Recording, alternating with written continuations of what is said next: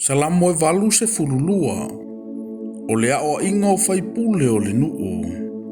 O le salamo a asafo. O lo tu le atua i le whaapotopotonga le atua.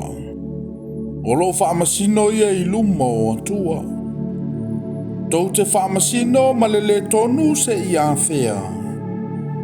Moutou whailonga ina e wa mioleanga se i awhea.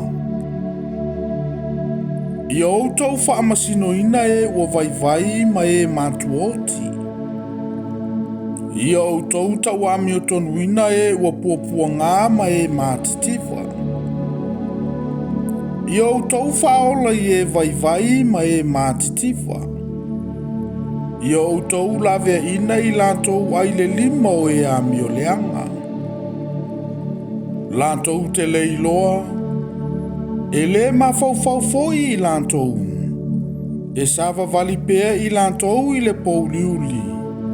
E whaangai e tia whaavai umo le larolangi. O au, na au whapeane. O atua o tou. O whanau foi o tou uma le silisili ese.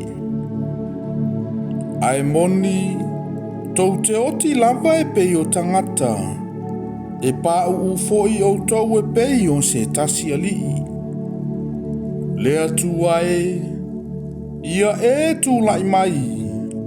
Ia e whaamasino le lalolangi.